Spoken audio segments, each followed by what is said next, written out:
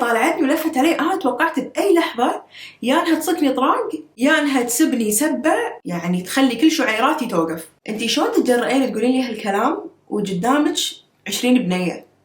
كبري.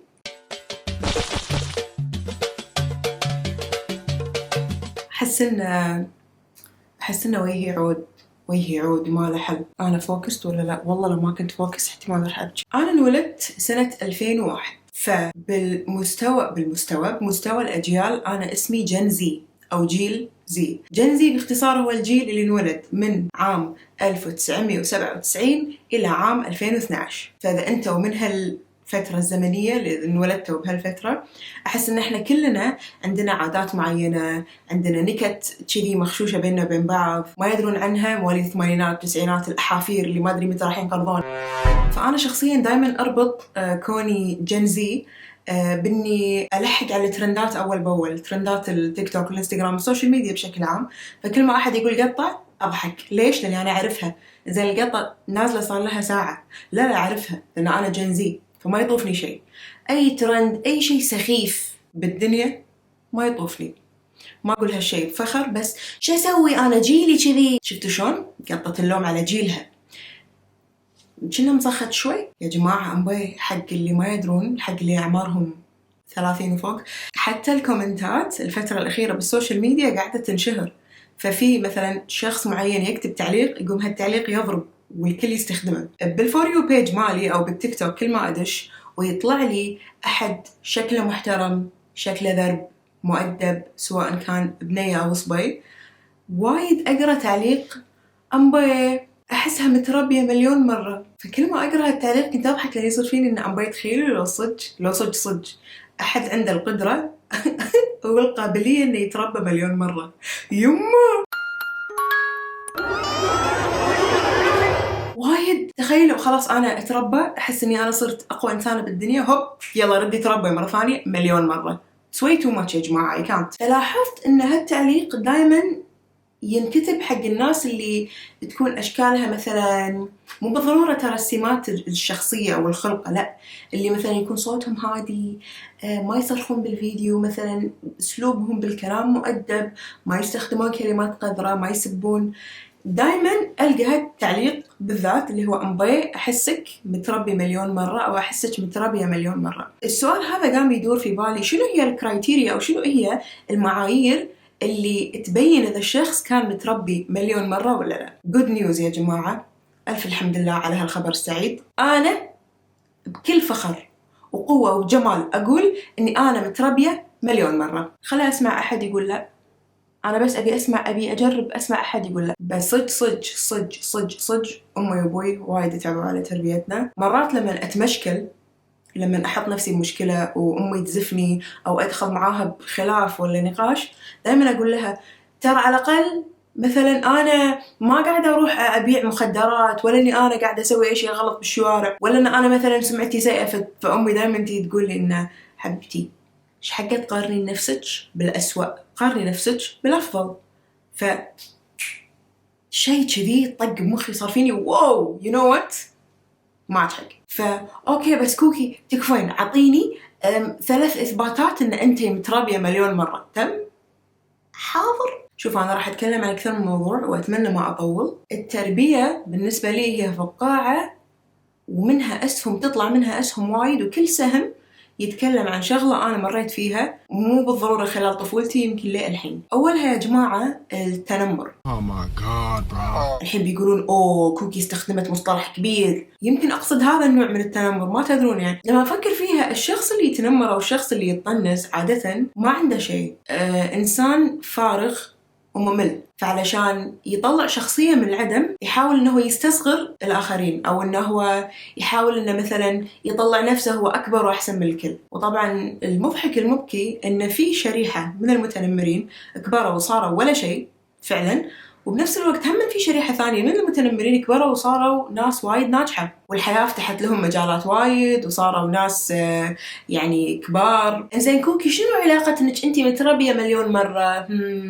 يمكن لأن بيوم من الأيام لما كنت بصف 5 ابتدائي يا جماعة احنا بالكويت، وما ادري اذا للحين صراحة لان انا مو محاصرة بالاطفال ما عندي اي فكرة، بس لما كنت بخامس المدرسة كانت توزع علينا ريوق ببلاش، كانوا يعطونا بوكسات كل يوم تغير، بوكس فيه كرواسون وحليب ومثلا كيك، بوكس فيه فطيرة زعتر، فيه كذي. خلينا نرجع بالزمن شوي. أنا من الصف الأول للصف الرابع كنت بمدرسة، وبعدين بالصف الخامس نقلت مدرسة ثانية لأن نقلنا بيوت، فالمدرسة اللي نقلتها وأنا بصف خامس كانت قريبة من بيتنا، فمدرسة جديدة، ناس جديدة، أبلات جدد، ما عندي أي فكرة أنا وين، ما أدري، برد البيت يمكن. فكان الصبح وداشين الكافيتيريا، وانا جنطتي الصغيره كنت هالكبر يمكن، قاعد تلفت يا طالع ما شنو ماكو احد، كان واقف طابور البوكسات، كان في ابلتين واقفين وهم اللي يوزعون البوكسات على البنات. ففجاه اللاين او الطابور فجاه صار ضيج، فالبنات قاموا يتداززون يدشون ببعض، فوانا واقفه بالنص واحده قدامي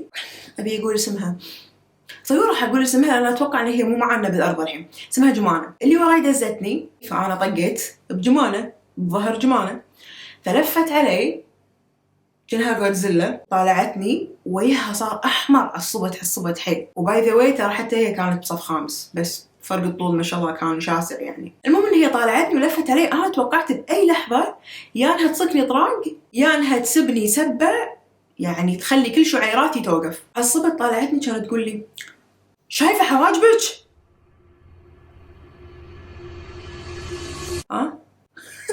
شايفة حواجب؟ واو، هم حواجب؟ احنا ليش عندنا حواجب؟ احس ان الله سبحانه وتعالى حط الحاجب علشان نقدر نعبر عن نفسنا اذا ما كان في حلج. ضروري اقز بوتوكس قريب يا جماعة، شنو هذا؟ لان انا حواجبي حزتها وتقريبا الى الان كانوا كبار، فانا ما سويت شيء غلط، والمشكلة كانت من اللي وراي، ولما طقيت فيها يعني تحسسني ان هي خلاص ذابت بذوب بهدومها، ما صار شيء. قمت انا ايش سويت؟ هي اللي غلطانة بحقي، هي اللي قالت الشغلة هذه اللي يعني كانت تجرح حزتها. للحين ما استلمت ريوقي، هديت اللاين وطلعت. لو أحد ثاني مثلا كان قال لها أشوف شوي قربي شوي، يعني لو أحد ثاني يا جماعة كان ردت عليها وصارت هوشة أو whatever. بس إنه وعلى طاري التنمر يا جماعة، أنا من زمان يعني من كنت أقول له ثالث وأنا عقدتي بالحياة حواجبي، مع أن الحين ترى ناس تدفع عليها فلوس يعني زراعة حواجب وشي، وش حالاتهم؟ حواجبي سر شخصيتي. لا بس صدق يعني حزات حواجبي أحس إنهم كانوا وايد كبار وكانوا وايد كثيفين، ويعني كنت أحس بيني وبين نفسي إنهم مخليني قبيحة، وإنه مع إن أنا كنت طفلة أمبي كنت ياهل، والمفروض إن أنا ما أكون قاعدة أفكر بهالشيء، المفروض إن أنا أكون قاعدة أفكر متى ألعب مع رفيجاتي، متى أروح البقالة، متى. فيضحك حيل شلون إن إحنا ممكن نفقد ثقة بنفسنا بسبب تعليق واحد، ولا إن مثلا أحد بالغلط قال لنا شيء حتى لو كنا بعمر صغير. ترى يا جماعة الإنسان ما ينسى، والله العظيم ما ينسى. عشان كذي لما نكون بزوارة ولا لما نكون طالعين مكان وأسمع أحد يعلق على طفلة ولا على طفل، يعني أطالعهم وأقول يا جماعة هشيكم. فالتعليقات اللي على حواجبي كانت واحدة من الأشياء اللي هي يعني هزت ثقتي بنفسي الحين مع الأسف. not anymore، خلاص كبرت وصرت أحبهم حيل وأبشطهم كل يوم وأدير بالي عليهم، بس إنه حزتها يا جماعة إنه لا، لدرجة إنه لما كنت بالصف الرابع خذيت من مطبخ بيتنا مقص، كان حيل عود، أنا ليش جيت بسوي كذي إيش فيه، بس كان مقص حيل عود، خذيت مقص وقصيت حواجبي، فصرت كذي يعني أتمشى بحاجبي كذي. فأمي تقول لي كوكي أنتي مسوي شيء بحواجبك؟ أقول لها والله العظيم لا ما سويت شيء. فالشيء كان يأثر فيني وايد، بس بنفس الوقت كل ما أحد كان يقول لي الشغلة هذه ما كنت أرد ولا كنت أعلق، لأنه شنو بقول. فبيتنا عادة عنواننا الرسمي هو ما نبي مشاكل، لأن إحنا فعلا ما نبي مشاكل، لأن سبحان الله المشكلة كأنها كرة ثلج تكون هالصغر وبعدين تتدحرج مع الثلج وتصير هالكبر، وما ندري يمكن تذبحنا أو شيء. فطول عمرنا إحنا تربينا على كونسبت إنه إذا أحد أساء إليكم أو سبكم أو قال لكم شيء غلط نقول الله يسامحك، مع أن حزتها كانت تيني أوقات ودي أقرب ما عندي أفلعه فيهم، بس أتذكر لا والله يعني أنا أهلي كلامهم صح، وإنه فعلا ما يصير الواحد يرد الإساءة بإساءة. بس بنفس الوقت أحس إن الشغلة هذه خلتني فريسة سهلة لبعض المعلمات. تخيلوا يا جماعة بعض الأبلات وبعض الطالبات والناس اللي بالسوشيال ميديا هم. بس سالفة السوشيال ميديا هذه يبي لها سكشن ثاني بروحها، فخلنا نتكلم عن هالشيء الحين. في فرق كبير بين ان انا اعلم ولدي انه والله بابا اذا احد سبك لا ترد عليه، وبين انك انت تعلمه انه يتخذ الاجراء الصحيح. والله روح عند الاستاذ قول له الف باء تاء مثلا، يعني حاول انك انت كثر ما تقدر انك تتخذ اجراء، بس انك ما تسكت وتحسس المتنمر انه هو انتصر عليك ولا انه هو فاز لانه هو لسانه طويل. فهذه واحدة من الاشياء اللي انا كنت اتمنى لو انا سويتها بصراحة. مثال ثاني، طلعت في الابتدائي ودشيت المتوسط، فبصف سادس كان عندنا منظمة اسمها شرطة البيئة. فلما تقولون شرطة البيئة تحسون ان ناس يعني لابسين ذيك البدلة والهذا، كانوا معطينا خرجة لونها أخضر نربطها على رقبتنا مكتوب عليها شرطة البيئة. حرفيا شو وظيفتنا؟ أي واحدة بالفرصة تمشي وتقط تكرمون زبالة على الأرض نقول لها شيلي الزبالة وقطيها بمكانها الصحيح. وكل الأشكال اللي معينينهم شرطة البيئة أحلام العصر. واحدة كأنها حبة خال هالكبر، واحدة طويلة وضعيفة بس إذا قلتي لها شو اسمك تسوي ها، وأنا وثنتين ثانيين حرفيا ما يدرون والله قاطهم. مجموعة الخبول اللي كانوا مجمعينهم يصيرون شرطة البيئة، هذا شرطة البقالة ما أخليهم شرطة البيئة مرة واحدة. فأنا قررت إني أشارك عشان يكون عندي صيت عالي بالمدرسة إنه إلا شوفوا كوكي شرطية وكذي. أنا شوية أول يوم بالوظيفة، أول يوم بالوظيفة، وظيفة الشرطة، صارت الفرصة الأولى. طبعا يا جماعة بالكويت إحنا عندنا فرصتين، فرصة يعني فسحة إن عشان ناكل وكذي، والفسحة الثانية عادة والفرصة الثانية حق الصلاة. فإحنا شفتنا الزام مالنا كان بس الفرصة الأولى، فقالوا لنا تمشوا بالممرات ومسكوا ورقة بإيدينكم ولبسوا هذا الوشاح الأخضر، وأي بنية تقط زبالة على الأرض تكرمون كتبوا اسمها وإحنا راح نكافئكم. أنا قاعدة أتمشى بالممرات أنا وأحلام العصر البنات اللي كانوا معاي. ولا واحدة كانت معاي بالمتوسط، إحنا المتوسط عندنا من الصف السادس للصف التاسع، أتوقع أن هي وصلت صف 14. كانت ما شاء الله ما شاء الله، هذه مو جمانة واحدة ثانية، كانت طويلة وعريضة وكانت ضحكتها وايد جهورية كذي، بس إنها كانت تخرع كل بنات المدرسة. هذه كانت سمعتها لأنها كانت منتخب طائرة، كانت بمنتخب السلة، فكانت لما يعني تلعب وتركض إنه تخرع كأنها هالاند. فهالاند ورفيجاتها كانوا قاعدين يتمشون بالساحة، مو بالساحة بالممرات، فكانت قاعدة تاكل كتكات وأنا واقفة وماسكة الورقة أنطر أي واحدة شي تطلع منها الزلة بالغلط. فما شاء الله عليها البنية هذه الطويلة اللي عايدة السنة مليون مرة كانت قاعدة تاكل كتكات، خلصت منه وقطتها بالأرض قدامي عينك، لأنها تدري إن أنا ما راح أقدر أسوي شيء. فرحت لها كذي طلع هالصوت وأنا أمشي، رحت لها كان أقول لها لو سمحت قرطاس تشيلي وقطيه بالزبالة. المشكلة إن بينها وبين الزبالة كروم كانت شعرات، بس هي كانت تبي تستفزني عمدا. كانت طالع القرطاس، كانت طالعني، كانت تقول لي شيلي أنتي. أنا يعني كنت خايفة على نفسي، بس بنفس الوقت صار فيني لا كوكي نموت ما تموت الكرامة. كان أقول لها لا لو سمحتي أنتي شيلي. كانت طالعني وتقرب مني تقرب مني تقرب مني تقرب مني وتطالعني وتضحك وراحت كملت طريقها هي ورفيجاتها وقرطاس الكتكات للحين على الأرض.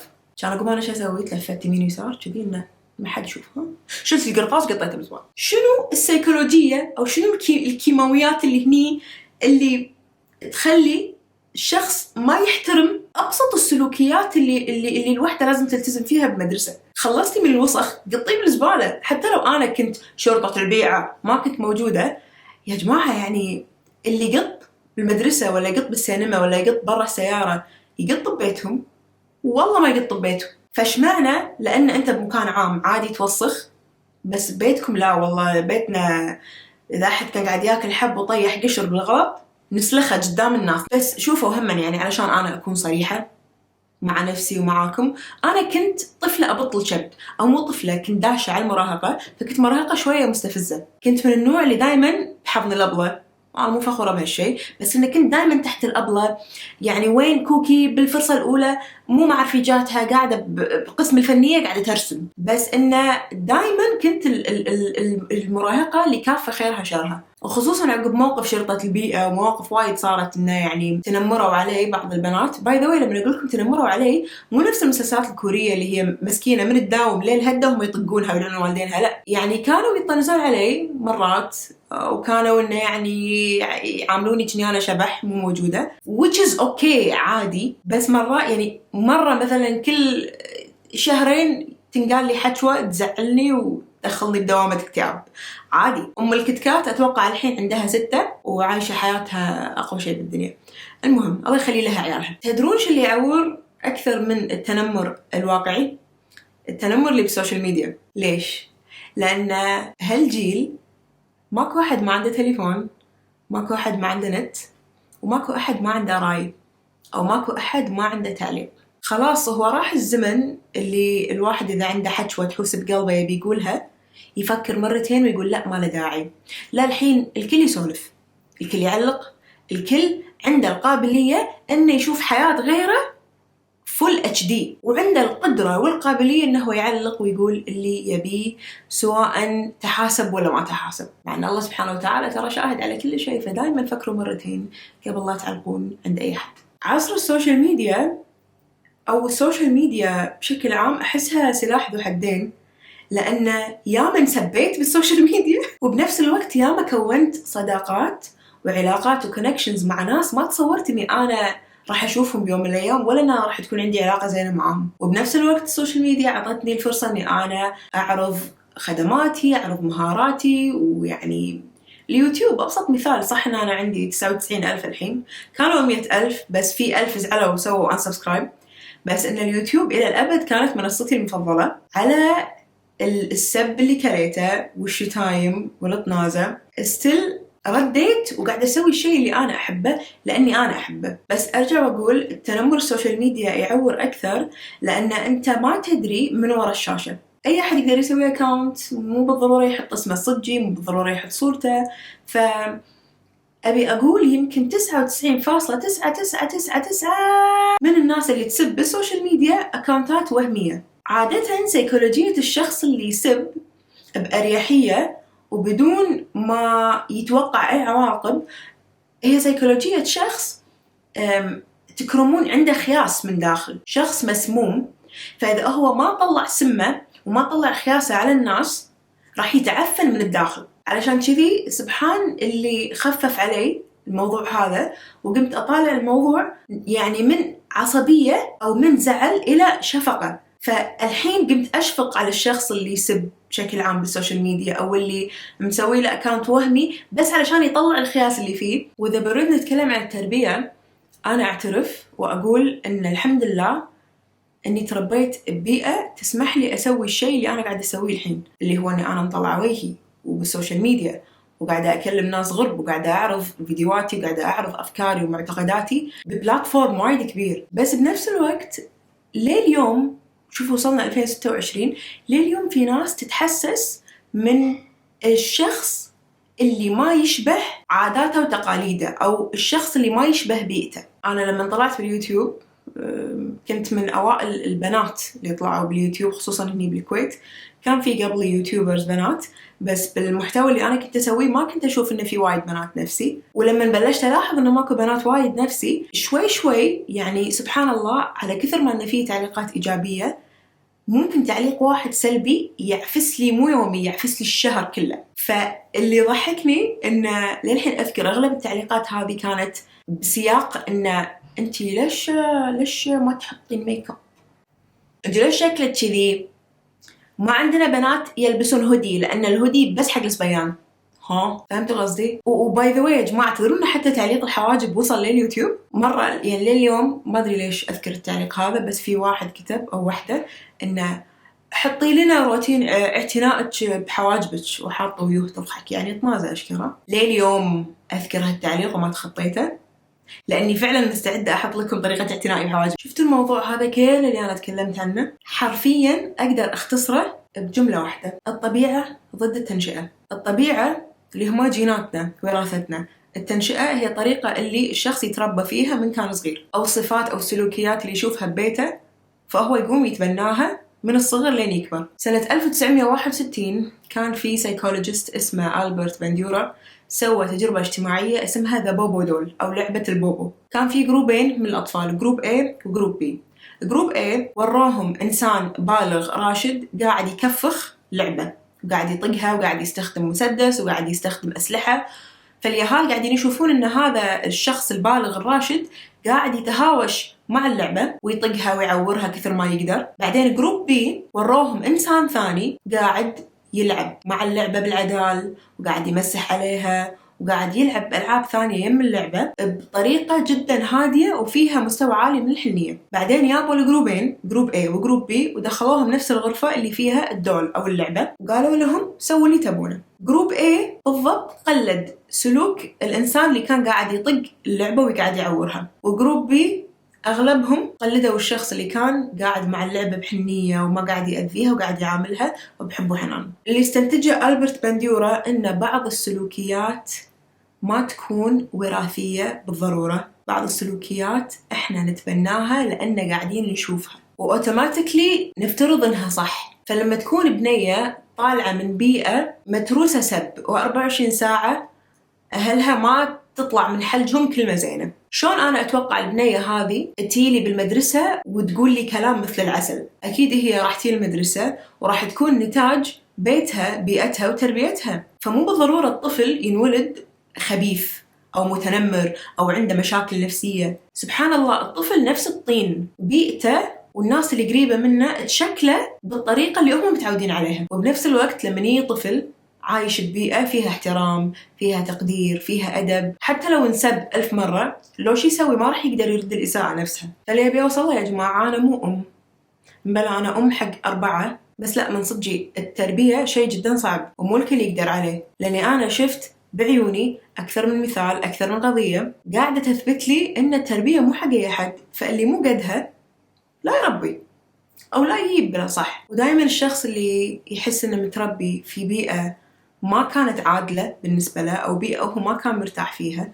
لا كبر وهو كون أسرة، ما راح يعيد الأغلاط اللي أهله سووها. فاللي استوعبته أن مجتمعنا إلى حد ما يخاف من الغير مألوف. الناس تخاف لما دائرتها تطلع بشيء جديد أو يكون شكلها غير أو يكون أسلوبها غير. وأحس إن إحنا لازم نتعود على بعض، إن إحنا مو كلنا نفس الشيء، مو إلا كلنا نفس الستايل، نفس الذوق، نفس الألوان المفضلة، نفس الأكل، نفس أماكن الطلعة، نفس أماكن السفر، مو إلا، والله العظيم مو ضروري. وبنفس الوقت ترى يا جماعة التعليقات الخايسة اللي تثبت لي إن الإنسان اللي قدامي مو متربي ممكن لها تكون بسيطة، بس أنا ما استوعبها لما أرد البيت. أيام ثانوية كانت عندي أبلة، كانت يعني مهم استخدمها، ما بيدخل بذمتها، بس أحسها كانت تعطي البنات انطباع إن أنا أبلة الكول العجيبة اللي أنا ماكو مني، مع إنها هي ترى كبيرة بالسن بس بدي أتشبب. أنا ما أذكرني أنا بحياتي سولفت معاها، هي كانت كلها تدرسنا احتياط، يعني إذا كانت عندنا حصة فاضية هي تيجي قاعدة تسولف معانا. فأنا ما أعرفها، يمكن بحياتي كلمتها مرتين، يمكن بس سألتها قلت لها لو سمحتي أبلة فلانة موجودة، قالت لي لا. فكنا قاعدين ومسوين دائرة وهي بالنص، فما أدري أنا كنت قاعدة أسولف عن شغلة وكل البنات كانوا قاعدين يسمعوني، أشوفها هي قاعد طالعني كذي ومدققة قاعد تسوي كذي. خلصت سالفتي، تخيلوا يا جماعة كانت تقول لي زكية بقول له شاي. أنا الحين حسبالي هي بتعلق على سالفتي يعني أو بتعطيني رد محترم. كان أقول لها هلا أبلة، ولا تقول ما فكرتي تحطين تقويم؟ هذا الشيء اللي انتي استنتجتيه من السالفة اللي أنا كنت قاعدة أقولها. يعني أمبي لا وايد أمبي صراحة. فأنا من الصدمة، ما أدري من الصدمة ولا لأنه متربي مليون مرة ما عرفت شرد. كانت تقول لي شوفي يعني انتي أحس إنك تقدرين تصيرين حلوة أكثر، فليش ما تحطين تقويم وجربي حطي ميك اب وجربي. رقم 1 ما طلبت رايك يمه، والله العظيم ما طلبت رايك. رقم 2 انتي شلون تتجرئين تقولين لي هالكلام وقدامك 20 بنية؟ كبري، عطوني موقف أزفت من كذي ماكو. فأنا تداركت الموضوع بسرعة، كان أقول لها إنه وقعدت تضحك إنه يعني على بالنا عادي it's okay. فقلت لها وهي أبلة إن شاء الله بالمستقبل لما أتخرج من الثانوية وكذي. كانت تسوي إيه استعيلة عاد، انتي شلون تقولين حق بنية كذي قدام بنات يمه؟ انا للحين احس ان امبي هما ارجع واقول العمر ما له شغل بان الشخص يكون متنمر. ترى عادي حيل امرأة عجوزة عمرها تريليون سنة تتنمر على واحدة مراهقة ولا واحدة اصغر منها بش كثر. يعني التنمر لا يعرف عمر، يعني راب وكذي. فسبحان الله مثل ما ان احنا نقدر نعرف يعني نفرق اذا الشخص كان متربي مليون مرة ولا لا، بنفس الوقت نعرف نصيد الشخص اللي متربي نص مرة او لا مو متربي يعني اتقول. السنة اللي طافت دوامي القديم كانوا منظمين مهرجان اطفال باختصار، فلمدة اسبوع كنا كل يوم من الساعة 8 الصبح ل 5 بالليل نشوف اطفال ونتعامل ويا اطفال. وانا حق اللي ما يعرفني ما ربيت مع يهال لان انا اصغر وحدة بالبيت عمري 25، وحتى اهلنا ما قعدت مع ياهالهم وايد، ولا اذكر اني يعني تعودت اشيل ياهل، ما اعرف ابدل حفاضه، ما اعرف اسوي مميه، ما اعرف. فلما اجي اتعامل مع طفل معين اعامله كأنه رئيس متحده. فمثلا البنات اللي بعمري لما يشوفون ياهل يشتطون اوه واي حبيبي كيوت. انا لما اشوف ياهل ما اعرف اتعامل معاه، فاقول له قوه تشرب امريكانو. فكنا بهالمهرجان ولا كان عندنا مكان تصوير، فالعوايل لما يخلصون من المهرجان يروحون عند رفيجتي يصورون صورة تذكارية تنطبع ويروحون. فأكثر مكان كنا كلنا نقعد فيه أنا وزميلاتي أيام الدوام هو نقطة التصوير هذه أو الاستوديو الصغير. فكان في قنفة صغيرة أنا كنت قاعدة ورفيجتي كانت يمي ورفيجتي الثانية المصورة قدامي. فولتي طفلة يا جماعة أعطيها يمكن أقصى شيء 6 سنين، فدشت شكلها يهب لابسة أوفرول جنها تشاكي شعرها عود. دشت كانت تقول عادي أقعد وياكم يمه. إيه عادي قاعدة يا حبيبتي بس لا تقربين صوت. فرفيجاتي اشتطوا وصار فيهم نوايا أبوي تهبلين وين أهلك؟ كانت تقول أنا أهلي هناك يا هني بروحي. ليش قاعد تسولفين كأنك سعاد عبد الله؟ أسلوبها وطريقتها بالكلام وايد أكبر من عمرها، بس إن هي ياهل هي ياهل. كان أقول لها قاعدي ويانا، فقاعدة تسولف تقول لها شو اسمك؟ ولا تقول أنا اسمي جود. ونهرنا هي قالت بس اسمها، هي ما قالت في توزيعات ببلاش. كان نقول لها نواي جود تهبلين، حلو لبسك، حلو شعرك، حلو ما شنو. المهم في أحد هني، المهم إن هي جود قامت تسولف مع واحدة من اللي قاعدين ويا دوري. طبعا قلت لكم ما أعرف أتعامل مع اليهال، يعني أنا أسولف مع اليهال كأنهم وزراء سبحان الله. قالت لي كانت تقول لي وأنتي شو اسمك؟ كان أقول لها أنا اسمي زكية. ولا تسوي ها ولا الحين تعال اشرح زكية المهدي. ولا تسوي ايه انا قاعد اقلد الياهل زين تسوي تعرفين فروحة؟ كان اقول لها لا حبيبتي منو فروحة؟ هذيك فروحة كذي. كانت طالعني كانت تقول فروحة كذي تلبس نظارات ومتينة نفسك. يعني مع ان حزتها ترى كنت اضعف من الحين يعني. رفيجاتي قاموا يضحكون وانا قاعده اضحك لان ما بيكفخ البنيه. تدرون لو امي تصيدني اقول الكلام اللي قالته البنيه كان فلعتني بالرينج لايت اللي يمي. المهم ان انا تخطيت الموضوع وقعدنا نضحك مع بعض كلنا وكذي. فيا وقت ان احنا نرد البنيه حق اهلها، يعني حبيبتي انتي مو موظفه هني. خذيناها ويانا بنوديها وكذي. ولا واحد من البودي جاردز اللي يشتغلون بالمهرجان كل شوي يعني يضغط البنية ويتغشمر وياها ويدلعها وكذي. فهو ما شاء الله عليه كنا كبت شي طويل وعريض وشي مجسم نبودي جارد. فما ادري شنو سوى لها، كنا قرص خدودها او شيء كانت تطق ايده. ولا يقول لها انا تطقيني، كانت تقول ان شاء الله تروح المستشفى وتموت. انتي حرفيا هالطول شلون يطلع منك كلام كذي؟ يمه يا جماعه يمه. واللي يضحك اكثر انه لما صار هالموقف مع البودي جارد احنا للحين ما ندري وين اهلها. يعني هم قاطينها، هم دشوا المهرجان قطوها علينا وجباي واختفوا. انا امي اول لما كنت اطلب من احد شيء وما اقول لو سمحت كانت تعطيني هذه النظره اللي عرفتوها. ابي اختم الموضوع هذا كله بنقطه ألا وهي الذكاء الاجتماعي. الذكاء الاجتماعي باختصار هي قدرة الإنسان على أنه يقرأ تعابير الناس بدون ما يتكلمون. الذكاء الاجتماعي أني أنا أعرف شلون أتصرف ببعض المواقف. كل اختصار عشان أختصرها عليكم، اجتماعي يعني شنو؟ يعني أنا بكل مكان اجتماع، إحنا مجتمع. الواحد لازم يكون ذكي ويعرف يتعامل مع المجتمع. أنا أحس إن هذا التعريف يعني يبتع ما أدري وين يعني. فكل ما الشخص حاول إنه يكون ذكي اجتماعيا أكثر، كل ما زاد عنده الوعي، وكل ما صار إنسان أفضل وإنسان يقدر يتعامل مع الناس بدون ما يجرحهم. لازم أقول لكم إن لا تنسون تشربوا ماي لأن الحين صيف، وهذا شوفوا حرفيا كبر راسي. المهم يعطيكم العافية وشكرا على استماعكم لبرنامج متى صار هذا. أحس إن حلقة اليوم كانت توعوية أكثر ما هي تضحك، بس حاولت إني أوازن بين الشيئين صراحة. وإي والله أشوفكم بالحلقة الجاية إن شاء الله. باي. حر علشان نقدر نعبر عن نفسنا إذا ما كان في حلج.